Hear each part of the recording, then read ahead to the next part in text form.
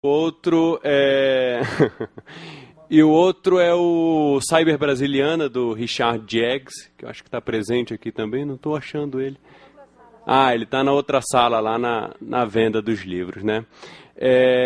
Então, na verdade, eu resolvi trazer esses dois romances, até porque eu trabalho, né? Desde o meu mestrado eu trabalho com ficção cyberpunk, né? Brasileira, e daí que eu resolvi abordar isso e até mesmo para prestigiar, né, a produção brasileira, né? Agora no doutorado, na verdade, eu abri um pouco o foco, né, falando de ficção cyberpunk na América Latina, pegando vários exemplares, Chile, Argentina, Bolívia, que até, enfim, sempre quando eu falo da Bolívia eu fico assim surpreso, porque a Bolívia tem muita produção cyberpunk, o que chama muita atenção, né?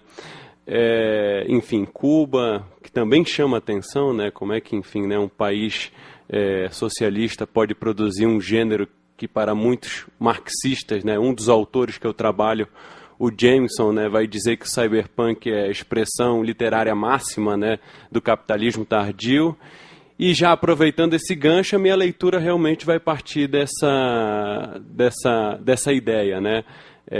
Através dessa leitura realmente entre, enfim, a ficção cyberpunk e a maneira como ela... Eu não gosto de usar a palavra reflete, né? Porque eu acredito que essas visões idealistas da arte, como se a arte fosse apenas um espelho, né? Elas não cabem mais hoje. Eu acredito que, na verdade, a arte, ela integra o que está acontecendo. Ela também faz acontecer, enfim, né? Essas transformações sociais, econômicas e históricas. Ela não é enfim, né? Um reflexo, como se pensava, né? Enfim, né? No início do século XX, algumas teorias, né? Na verdade, isso vem desde Platão, né, gente? Essa ideia enfim, da arte como reflexo. Mas não é desse tipo de leitura que eu quero partir, né? Na verdade, fazendo uma rápida contextualização, né? Os autores que são apontados aqui como, enfim, né? Os pontas de lança da ficção cyberpunk aqui no Brasil, o Fausto Fawcett e o Guilherme Kujalski, né?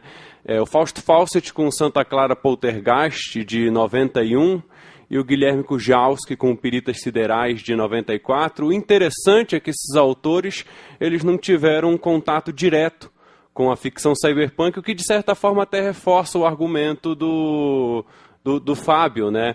Posteriormente vai surgir uma geração que vai ter já de escritores, né, depois do Fausto Fawcett e do Guilherme, que vai ter um contato muito próximo. E essa geração é inclusive o Fábio, né, o Richard Jaggs, enfim, né, desses autores que eu pretendo abordar aqui. Mas o Fausto Fawcett, né, muito do que, enfim, né, da proximidade dos tropos, né, como o Fábio falou, que surgem, né, na obra dele, não advém da leitura dele de Gibson, por exemplo, ou Sterling, ainda que ele conhecesse esses autores, mas enfim, de obras que também o Sterling e o Gibson, né, enfim, lá nos Estados Unidos se interessavam, né, o caso do Blade Runner, né, e principalmente no caso do Fawcett, o cinema do Cronenberg, né.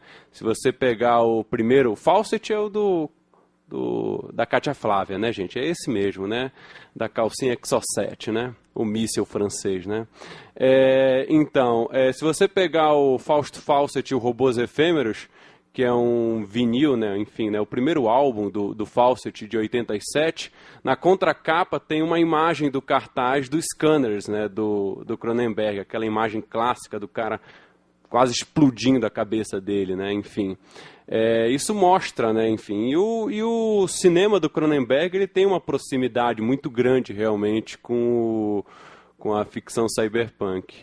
E numa entrevista também que eu tive com o Fawcett, ele declarou que um dos livros de cabeceira dele é o Laranja Mecânica. E daí num prefácio do Laranja Mecânica que saiu pela Aleph, né? Que o Fábio traduziu e fez o prefácio, o próprio Fábio identifica as relações entre o Laranja Mecânica e o Cyberpunk, né? Já o caso do Kujalski é o que eu chamo, enquanto no Fawcett seria uma recepção indireta, né? Ele chegou no Cyberpunk indiretamente, não através dos autores. No Kujalski é o que eu chamo de recepção análoga, né? Na verdade, o que acabou levando, né, o que acabou levando o Kujalski a abordar temas muito próximos da ficção cyberpunk, a gente fazer essa comparação, né, é o fato de ele estar vivendo no mesmo período que os autores, enfim, né, norte-americanos, e eu acho que principalmente o nosso mundo cada vez mais está se tornando globalizado, né, e daí que as experiências, né, sociais são muito, enfim, né, semelhantes, né, isso acaba gerando recepções análogas, né, sem necessariamente haver contatos, né? Mas os autores que me interessam aqui são aqueles que realmente tiveram um contato muito próximo, né? Enfim, leram as obras, né? Cyberpunk, né? Mas o interessante é que, na verdade, enfim, se você pegar os Dias da Peste, né, ele, na verdade, já está dialogando com o que eu chamo um dos derivados do cyberpunk, né, que é o romance de pós-singularidade, né? Ou seja, a singularidade é um termo que surgiu inicialmente, né, em livros de futurologia, né, se a gente puder dizer assim, mas depois começou a ser adotado fortemente na ficção científica, né. A singularidade é uma visão de que, enfim, né, num futuro distante não haverá mais, enfim, distinção entre homem e máquina, né. Essa que é a ideia. Como que isso vai acontecer, enfim, né, nós não sabemos, né? Mas é interessante que, pegando a primeira mesa, né, você já vê uns indicativos disso, né? Aquilo que o professor Zufo, né, falou, daquele negócio, aquele chip que você coloca num besourinho, aquilo é muito, enfim, né? Aquilo é muito próximo aí da singularidade. Não, e o mais interessante é que esse chip você insere quando ainda é casulo o besouro. Nossa, isso eu acho que nem enfim, né? É algo muito, enfim, próximo aí do imaginário da ficção científica. Mas a ideia da singularidade é essa. O interessante dos Dias da Peste é que ele, na verdade, é pré-singularidade, né? Ele tenta retratar como, enfim, vai ser esse movimento, né, até essa situação de singularidade, que no romance o Fábio fala que ele usa o termo, na verdade, convergência, né? Que dá a ideia também, né? Uma convergência entre homens e máquinas, né? Um dado interessante desse romance é que ele enfim, né, eu digo que ele é vertiginosamente intertextual, né? Enfim, ele tem muitas referências, né, a outras e outras obras, né? O próprio caso Os Dias da Peste é um diário do Defoe, né, Daniel Defoe, né, que era um jornalista também, né, que era um jornalista sobre, enfim, né, uma praga que estava acontecendo na Inglaterra. Acho que o próprio Fábio pode falar melhor depois, né, se ele quiser comentar. Mas, enfim, né, é extremamente intertextual, né, a obra, né? Ela mesmo vai te oferecendo, né, e existe até, inclusive, uma própria autocrítica, né, no meio do romance, isso que é interessante, mostrando o pós-modernismo, né, desta obra, né? E o que me chama a atenção, que eu acho que, na verdade, enfim, é algo que remete à leitura que eu gostaria de fazer aqui, né? É um pequeno koan, né? Koan é um enigma, né? Um enigma japonês, um enigma filosófico, a gente poderia dizer assim, né? Que o Fábio apresenta mais ou menos, enfim, né? Na metade do romance, né? E quando surgem, enfim, né, referências na metade de um romance, isso é bastante, enfim, tem que prestar atenção, né? Eu vou ler aqui o Haikai, que eu acho que, enfim, ele é interessantíssimo, inclusive, para a gente tentar entender a sociedade, né? Como puxar a tomada quando o sistema é wireless? Coração inquieto.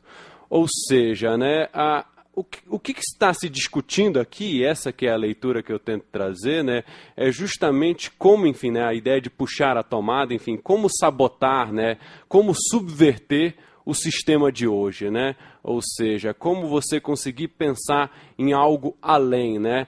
Quando, enfim, as próprias estruturas de poder, elas se desterritorializaram, né? Elas, enfim, né, não existem mais, e usando aqui uma obra que o próprio Fábio também faz referência, né? Por isso que é uma maravilha analisar um romance como esse, né? Ele próprio te dá já as chaves de interpretação, né? O Distúrbio Eletrônico, né, que saiu pela coleção Baderna, né, que vai propor o conceito de poder nômade, né? Esse conceito, na verdade, vem, enfim, né, de umas tribos, os citas, né, que o Heródoto vai citar, enfim, né, nos textos históricos dele, que era uma tribo que, na verdade, era uma tribo nômade, né? Ela nunca, enfim, se fixava em um lugar. E pelo fato dela ser nômade, era difícil o inimigo, ou seja, os inimigos dessa tribo, identificá-la, né? Enfim, né? Com facilidade. Ela a todo momento estava se deslocando, né? O que a gente tem aqui, então, na verdade, é uma metáfora do que se chama, enfim, né? Capitalismo financeiro, capitalismo tardio, ou outros termos, né? Ou seja, enfim, né, nessa sociedade que a gente vive agora, de capitalismo financeiro, né, você não consegue mais identificar, né, aonde reside, enfim, o poder econômico. A mobilidade desse poder é extremamente grande, né? Ou seja, enfim, o capital em algum momento pode estar, enfim, investido aqui no Brasil, mas se acontece, aqui eu estou dando um exemplo, né? Se acontece alguma greve ou, enfim, né, ou instabilidade política, o capital ele tem autonomia suficiente para, enfim, né, nesse capitalismo financeiro que a gente vive, cair fora, né? Essa que é a ideia, ou seja, não existe mais, usando um termo aí do distúrbio eletrônico, casamatas, né? Ou seja, um lugar que você identifica claramente onde se encontra o poder, né? E aí que vem novamente, né? Eu volto aqui ao Haikai, né? Do Fábio, né? Como puxar a tomada quando o sistema é wireless, né? Então, enfim, né? Como combater, né? Como, enfim, né? Subverter, né? Esse tipo de capitalismo que adquiriu, enfim, essa desterritorialização tão grande, né?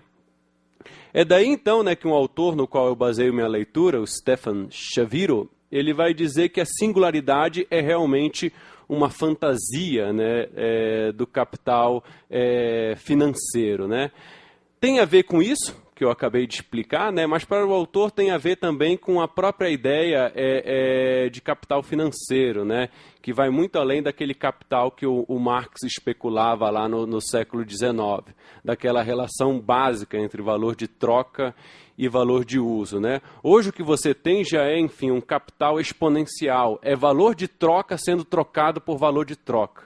Ou seja, não é mais um valor de troca sendo trocado, enfim, pelo uso de uma mercadoria. O capital financeiro é isso, né? Você, na verdade, compra ações. E o que são ações? É dinheiro, é valor de troca, enfim. Não é mais, enfim, um valor de uso, não é uma caneta, uma água, enfim, um carro e por aí vai, né? Essa que é a ideia, então, né? Ou seja, o que você tem? Quando você tem valor de troca por um valor de troca, qual que é, enfim, né? O nível de abstração que a gente chega, né?